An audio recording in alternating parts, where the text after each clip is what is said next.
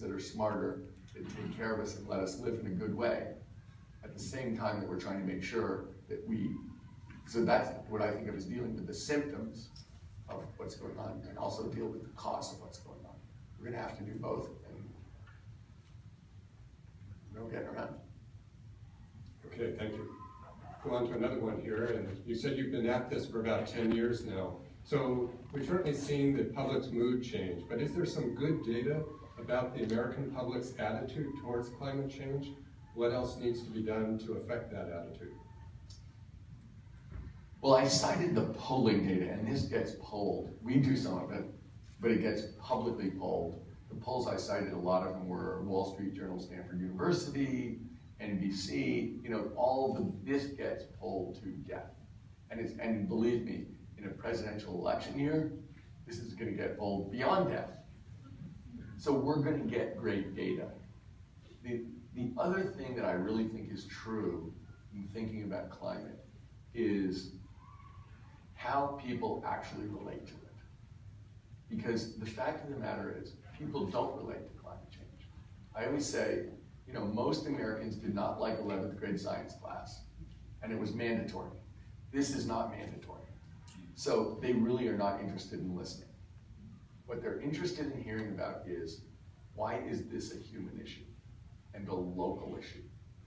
So if you say to people in California, at high tide now, because of sea rise, salt water runs down the street of Miami Beach. Californians are vaguely interested. Vaguely. If you say to people in Miami that in California we have a 6% snowpack, they're vaguely interested. What people are interested in is, how does this affect me, my family, and the people I love? And so the fact of the matter is, the way that people react to this and respond to it is thinking about, how does it affect the health of my family? One of the things that's true about this is 3.3 million Californians have asthma. We have really high asthma rates. In LA County, between 1 in 4 and 1 in 5 kids has childhood asthma because of the air quality. That is something that families really relate to. To the extent it impacts employment in their area, specific jobs that someone they know or they could get, that's something they really care about. Any of the bad things that would happen in their area that would impact the economy or the way that they think about living. So people who live up in the Sierra who love to ski, that's something they really care about. That's a visceral thing. So when you think about how Americans respond to this, it's a global problem. But the fact is, they respond only on a local human basis. And so unless you can bring it home directly to where they live and who they are, you're not really talking to them. You're talking at them, and they're going to tune you out very, very fast. Thank you. Tom, you mentioned earlier the electrification of the auto industry, but can you broaden that and talk about just overall energy use and how to improve energy efficiency, transform the fuel profile, because there's commercial industries that use a large amount of fuel and contribute to greenhouse gas emissions. What are some of the other things that can happen? Jackie, so anytime you want to chime in. One of the things that I think is people don't realize, I think everybody thinks that this is going to be a gadget revolution. That we're going to get an electric car with a better battery. That we're going to put windmills up. That it's going to be something that you can see that is a traditional kind of piece of metal that's going to change everything. And actually, one of the things that I don't think people have got their minds around is how much of this is going to be software. There is a lot of this is us being smarter, collecting a massive amount of data and using it better. So let me give you an example. One of the things that's true about solar and wind is they're so-called intermittent. Solar, I know you guys don't know this, but the sun does not shine at night. And the wind does not always blow. And therefore, if you're 100% reliant on either of those energy sources, then there's certain times when they're not available. So therefore, either you have to store it or you have to use another energy source. So one of the things that you can do about this is if you have a very good grid that's interactive, you can basically, at the times when there's a huge demand for energy, you can turn down people's appliances a couple degrees. You can turn down everybody's refrigerators a couple degrees in a way that they'll never notice and use the energy somewhere else. And then when the demand for energy goes down, you can move the refrigerator back and do slight adjustments all around the system and even out the amount of energy that you need at a given time, and therefore make renewables cover a bigger amount of the load. In terms of office buildings, I think people tend to think about HVAC systems. They think about the air conditioning and the heating systems. Actually, one of the things that's going to be true in office buildings, both for lighting and for heating, is going to be that we're going to end up with sensors that are going to be using the energy on a much better basis. We waste so much energy, and they're basically going to be hooked into the system so we don't waste the energy. So that the efficiency becomes not just that we use energy more intelligently, we use less because we're going to cut out the waste. And so when I think about the way this is going to work, it's going to work in ways, a lot of unseen ways, where it's really going to be about us being a smarter society with more data, using it better. And if there's anything that California should do well, that's it. That kind of thinking, bringing that kind of technology to the problem, that is something that is right down our alley. So I look at this and I think a lot of this is going to be surprising, and it's going to be in numbers. I have a friend who's a physicist. 2 physicists started a company basically to do energy efficiency in office buildings and universities. And they don't go out and buy HVAC systems. They put sensors everywhere and figure out how it's getting used, and then figure out how to use less, how to be aware of it, and when it isn't needed. And they think they can solve it. If people haven't done anything, they can reduce usage without any expense other than the sensors and a smart system, 40%. Those are numbers. It's not incremental. The stuff we can do is dramatic. And I think it's going to be a lot of people like that. Those are 2 smart guys. There are a lot of smart guys in this state, in this country. Thank you. Jackie or Tom, obviously a lot of people in our audience are very much involved in their communities, and they're interested to know what can be done differently to gain more success in electing more environmentally supportive candidates.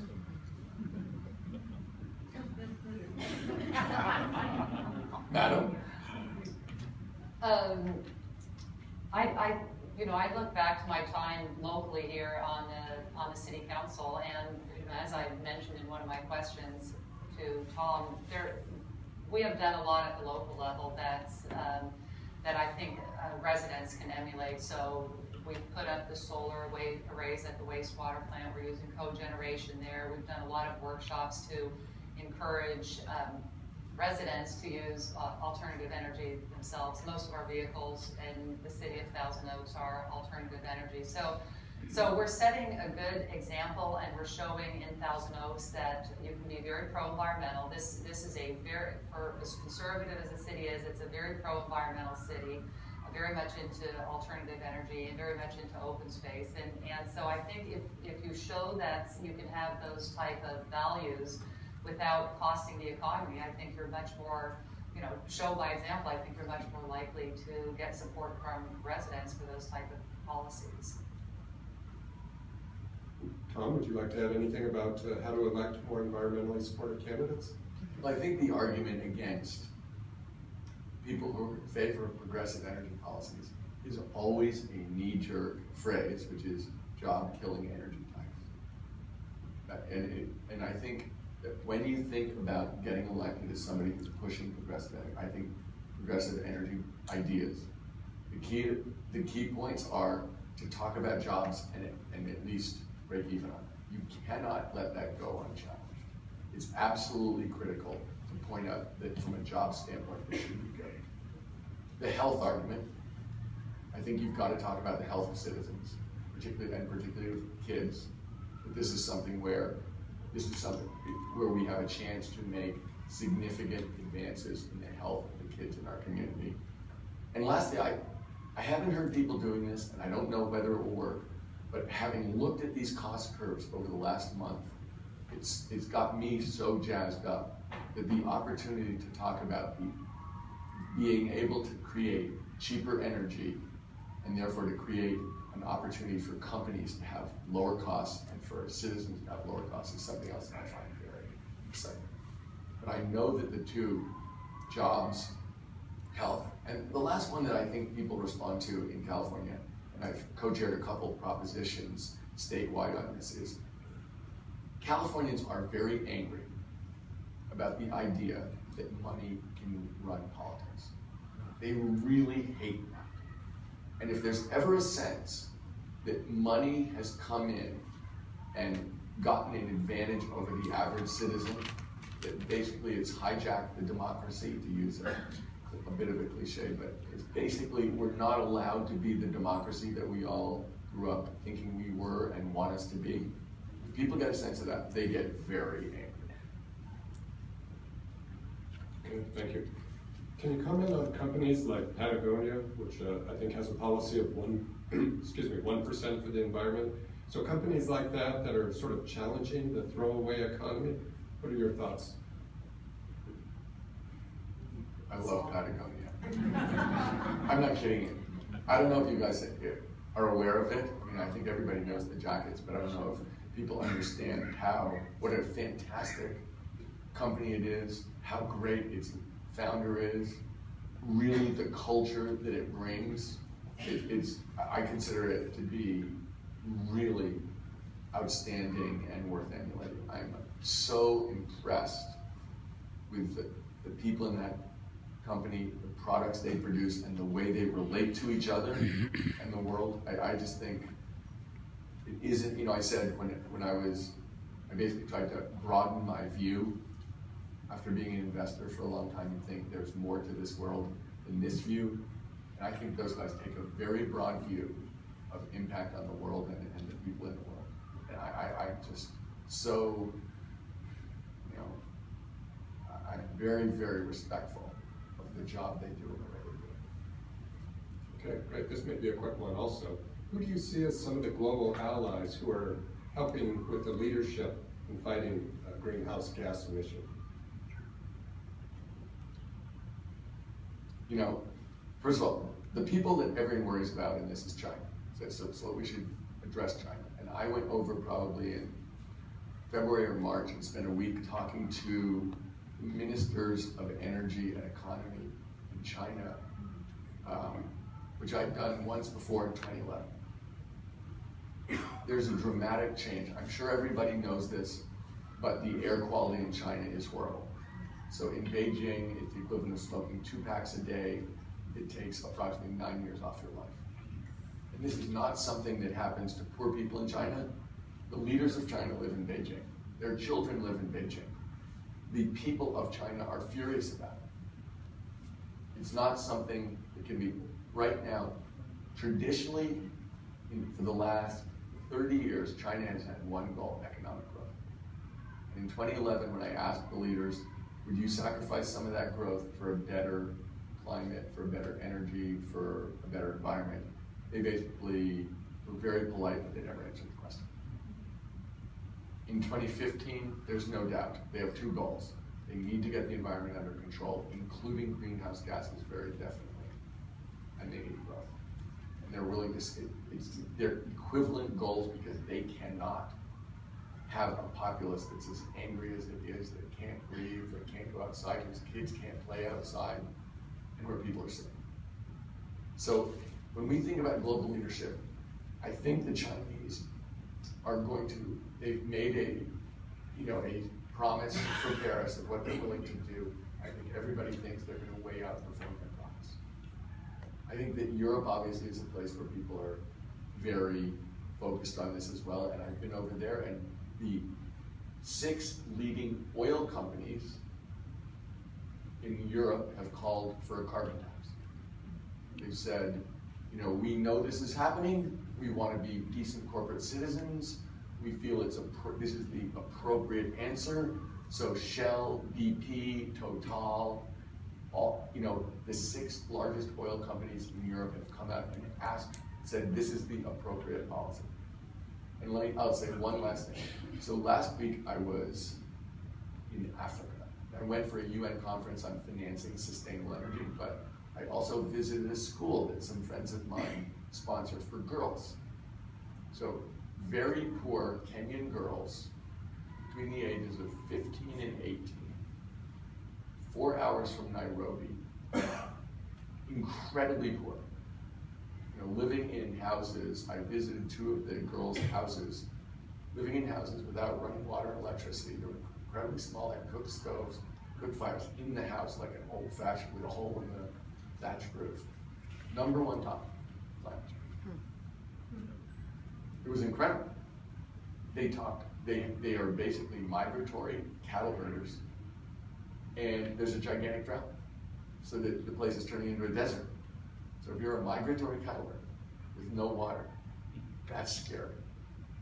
So this school, by far the biggest thing these girls talked about was climate change, and that's how they described it. And they were overwhelmingly concerned with it. I didn't hear another issue.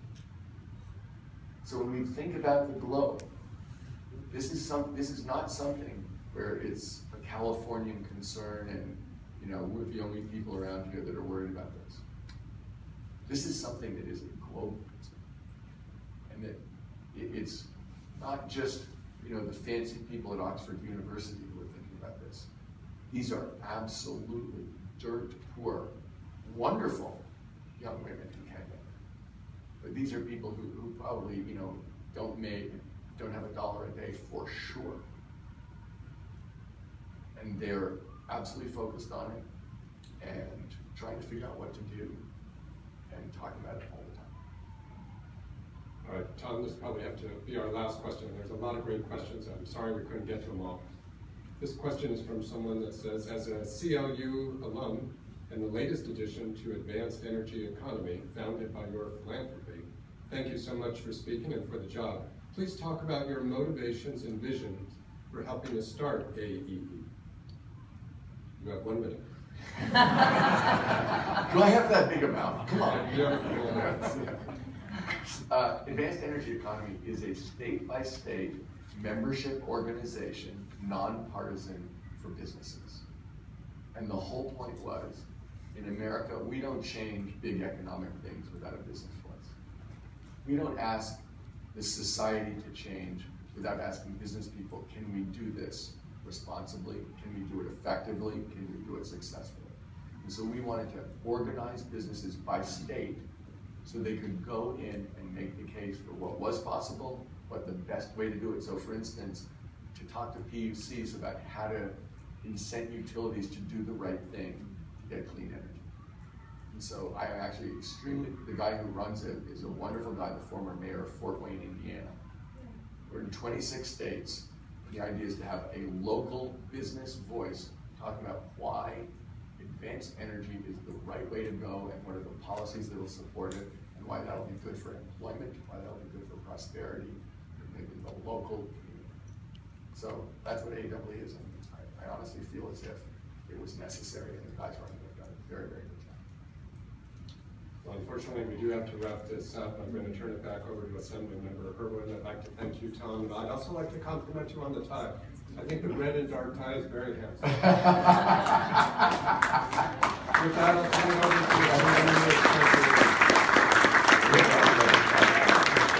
That's especially nice with the beaded belt.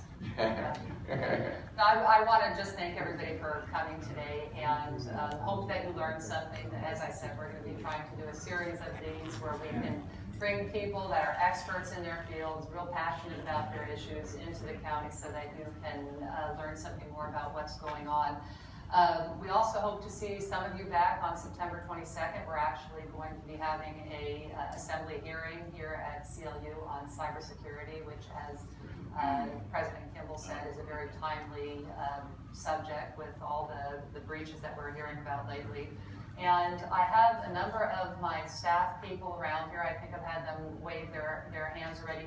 We are, right now our office is in Camarillo, we have an office in Oxnard, and we want to make sure that you know we are here to serve the residents, do a good job of constituent services. We have a number of issues, a number of events that are coming up.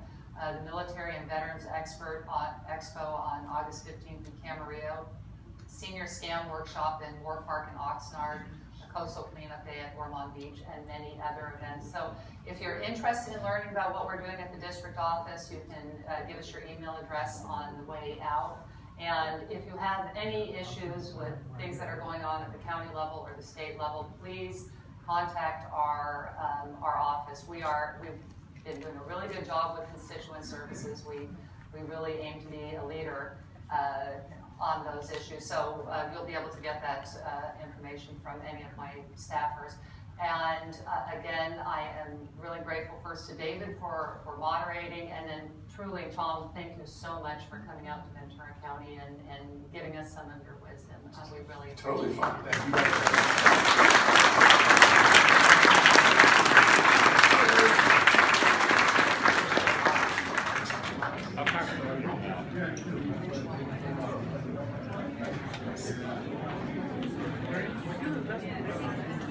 you.